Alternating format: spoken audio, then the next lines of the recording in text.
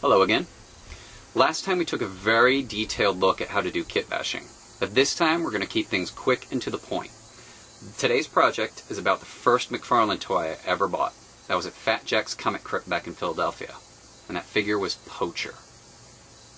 Now McFarlane Toys has actually gone back and redone Poacher, but the problem is the new Poacher is just squat and just doesn't have the same feel to it. It's like it's a little brother that just doesn't have the imposing visage that the original had. So what I'm going to do is I'm going to take the new Poacher and I'm going to combine him with Manga Spawn from the same series in order to kind of just use that extra bulk to pull him up and out so that he'll regain that kind of imposing visage. So we'll see how that goes. So what you see here is I've taken just a pair of pliers and a screwdriver and I've removed all the individual pieces of both figures and kind of laid them out for myself so that I've got the legs, body, arms, and the head pieces. Over here we have bionicle joints. We're going to have to be hollowing out all of these pieces in order to add bionicle joints so that the final figure is way more articulate than the original figures were. As I go, I'm going to be using a drill that has a flat-tipped cylinder bit. This is going to be used to reach in and scoop out all the interiors of these pieces, going inside and up inside.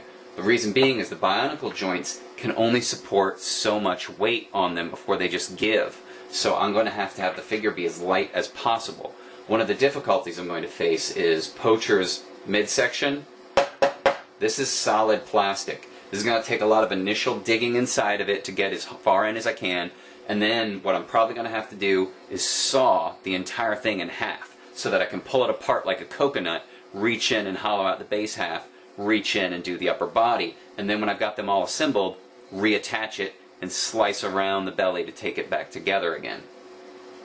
The upper body is going to be another difficult piece. This is going to require a lot of digging to carve out the upper chest plate, and when that gets placed on top of it, I'm hoping that will bring up and out the shoulders.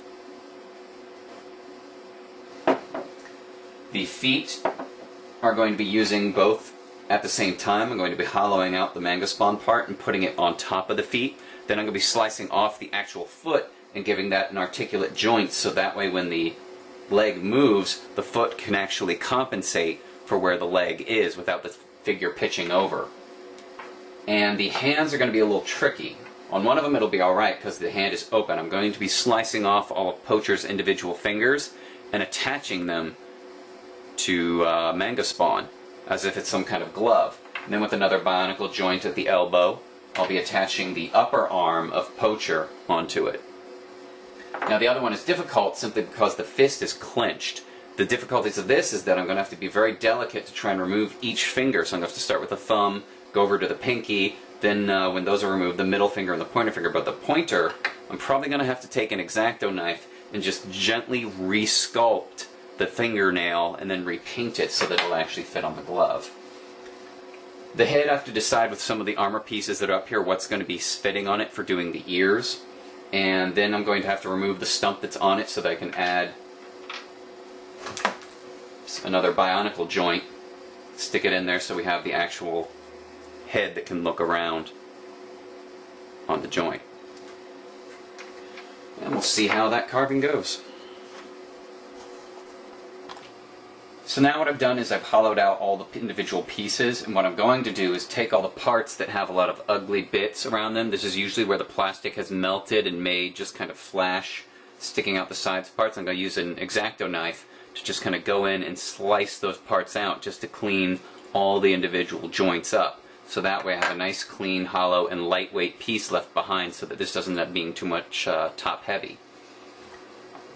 Now what I'm going to do with this is I'm going to take these pieces and use a glue gun and start attaching all the simple pieces together.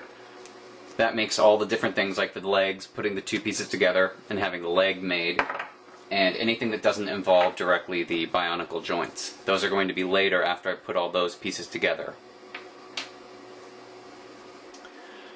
So now we've laid out most of the joint work. We've got a lower body with articulate legs that can be posed and positioned. We've got the upper body which fits on top of it. And what we got here are the arms with the articulate elbows now, as well as the original articulate at the wrist. Those are going to be going right here after we make the joints for them. Then it's we've hollowed out most of the back of the head so that we can put a fairly articulate nub on the back of it for looking around. And then we've got these kind of pipe tusks. We're going to have the largest of tusks sticking out of his back of the figure. Then it's a question of just reattaching the two parts to each other and cutting off the glue to the base of it. And then we've got nicely articulate and posable lower body limbs, so we can do a lot of action poses. Ha-cha. We'll see when he's finished how well he stands up. So now we've got all the parts put together, so we have lower body and upper body. Then we're going to put the two back together and use this kind of belt to cover up the in-between and put some little props on it hanging from the side of it. So right now we just have the body like this sticking together as one. So it's kind of coming together as a whole now. So now we got the figure assembled.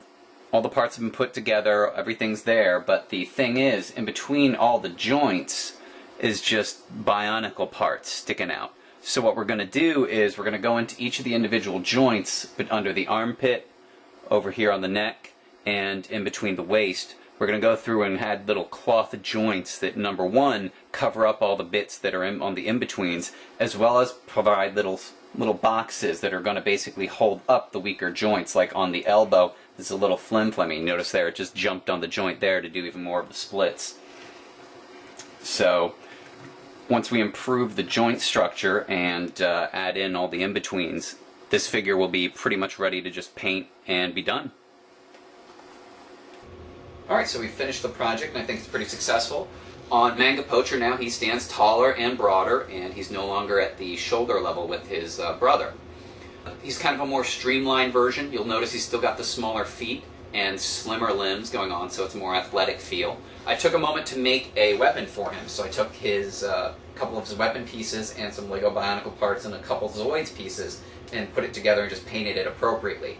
Interestingly enough, it's not held in a hand. It's actually where the Lego Bionicle joint is on the shoulder that a peg goes in and holds it there as the hand cannon moves on the piece.